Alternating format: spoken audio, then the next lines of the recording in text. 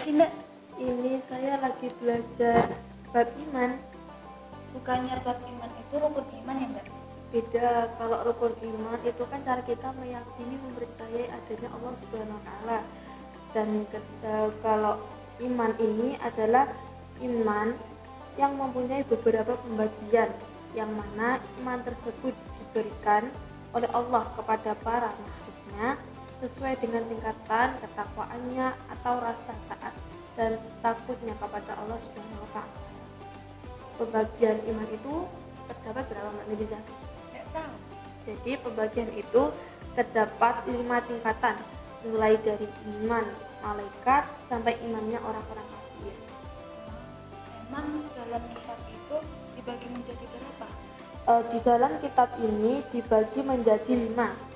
Yang pertama, iman matbu, iman yang pasti ada pada diri malaikat.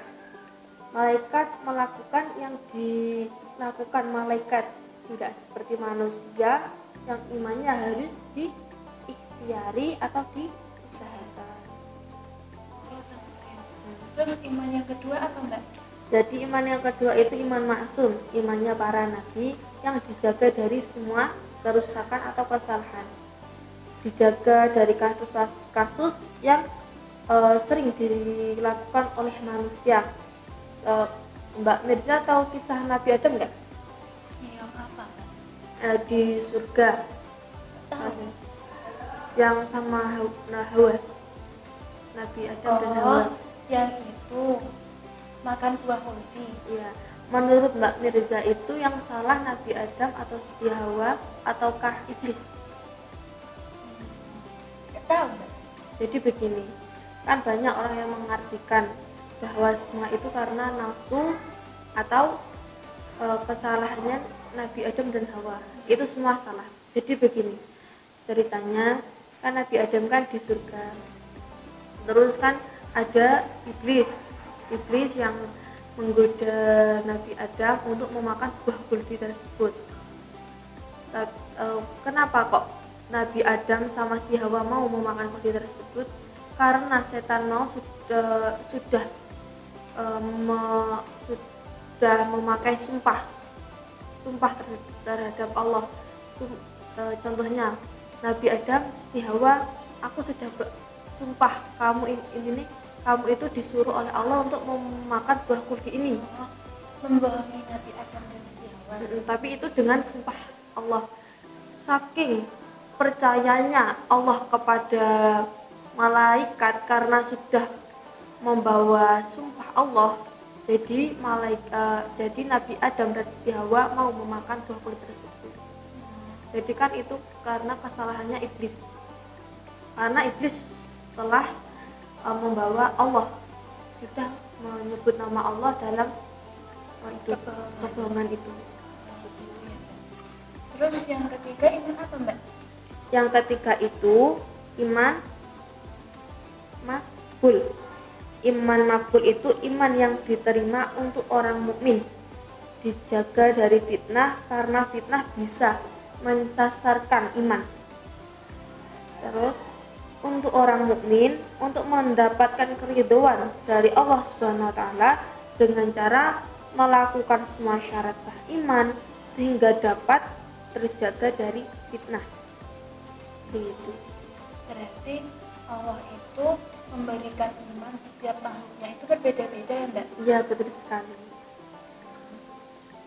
Terus iman yang keempat apa Mbak? Jadi iman yang keempat itu iman mauquf, iman yang aur-auran. Aur-auran itu sasar, iman yang sasar yang sangat-sangat salah, yaitu imannya para orang yang bid'ah. Bid'ah itu apa Mbak? Bid'ah itu dia melakukan amal, tapi dia tidak mengerti ilmunya. Jadi melakukan amal tanpa ilmu. Biasa dari karena manut secara dohir ibu bapak atau nenek moyang, secara dohir manut dan mengucap syahadat, yaitu manut patuh kepada bapak ibunya. Terus dia mengucap syahadat, jadinya dia Islam itu karena ikut-ikutan. Bukan karena diri dia sendiri. Karena ikut-ikutan nanti tadi nenek moyang, ibu bapak atau ibu bapak atau yang lainnya, secara zahir itu manut dan dia mengucap syahadat. Jadi Islamnya dia itu ikut-ikutan gitu. Ketika dikatakan rusak iman atau sebab benci dan memang dengan azan Rasulullah Subhanahu wa taala, maka secara zahirnya dihukumi kafir menurut orang lain. Secara zahirnya itu dia dihukumi kafir oleh orang lain karena dia tidak mengerti ilmunya. Dia Islam, dia sering sholat, tapi dia tidak mengerti ilmu sholat itu apa. Gitu ya. Terus yang terakhir, Mbak. Jadi yang terakhir, sebelum yang terakhir saya jelaskan dulu ya secara detailnya tentang iman mauquf. Lah, iman itu bisa kenapa orang itu bisa dihukumi kafir tapi harus disekseni karo wong-wong sing adil. Berarti Maksudnya Mbak, disekseni itu disaksikan oleh orang-orang yang adil. Tapi kita itu tidak boleh asal-asal menghukumi. maksudnya Mbak, Jadi begini, kan ketika kita itu tidak boleh menghukumi orang itu kafir, kita tidak boleh menghukumi orang itu kasar, kita tidak boleh musyrik, kita tidak boleh. Semua itu harus disekseni, dilihat cara bahasa Indonesianya, jadi benar-benar dilihat keburukan orang tersebut. Ya, yang bisa menghukum itu adalah orang-orang yang adil seperti dia yang sudah mengerti ilmu tersebut. Kita kan sebagai orang awam jadinya kita tidak boleh menghukumi orang itu kafir, orang itu musyrik, kan kita tidak boleh. Dan ketika orang itu mati, orang itu haram untuk disalatkan.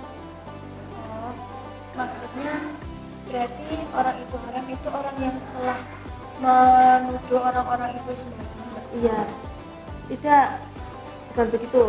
Jadi orang yang dikatakan haram itu adalah orang yang imannya mauquf. Tadi imannya orang yang bid'ah, dia melakukan segala amal tapi tanpa ilmu.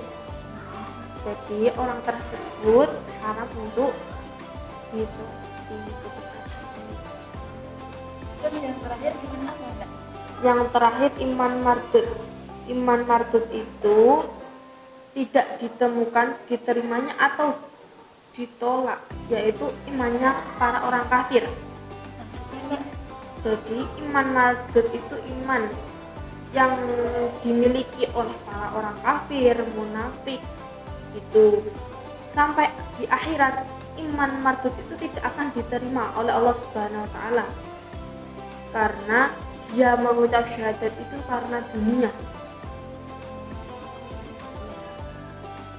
Dia mengucap tapi tanpa diyakini, tidak dipengaruhi dengan masuk Islam, mengucap dengan pengaruh hafal saja. Contohnya, ada seorang pengusaha sukses, dia memiliki restoran. Seketika itu pengusaha itu jatuh dan dia mengucap kalimat istighfar, astagfirullahaladzim. Nah, dia mengucap itu karena hal dunia saja, karena tidak diyakini dalam hati. Dan ketika dia mengucap istighfar itu, dia hanya buat mainan, hanya hafal-hafal saja, begitu, ikut-ikutan saja. Dan dia kan mengucap untuk mainan, tidak sengaja, bukan sengaja, tapi dia tidak sengaja mengucap itu karena kan dia hafal-hafal saja, sering dengar, dia ketika jatuh ucap jadi. Sedangkan dia kan tadi kan aslinya orangnya Kristen, bukan Islam. Terus dia mengucap, karena dia mengucap tapi di hatinya kosong dari keyakinan. Kadang-kadang tidak dilihat dengan benci kepada syarak. gitu lupa. Ya Mbak, jadi semua penjelasan iman itu seperti itu ya Mbak ya? Iya betul sekali. Terima kasih ya Mbak, sekarang saya sudah paham apa itu iman yang di dalam kitab ini, iman dibagi menjadi berapa, dan sebagainya. Ya sama-sama. Terima kasih ya Mbak. Ya.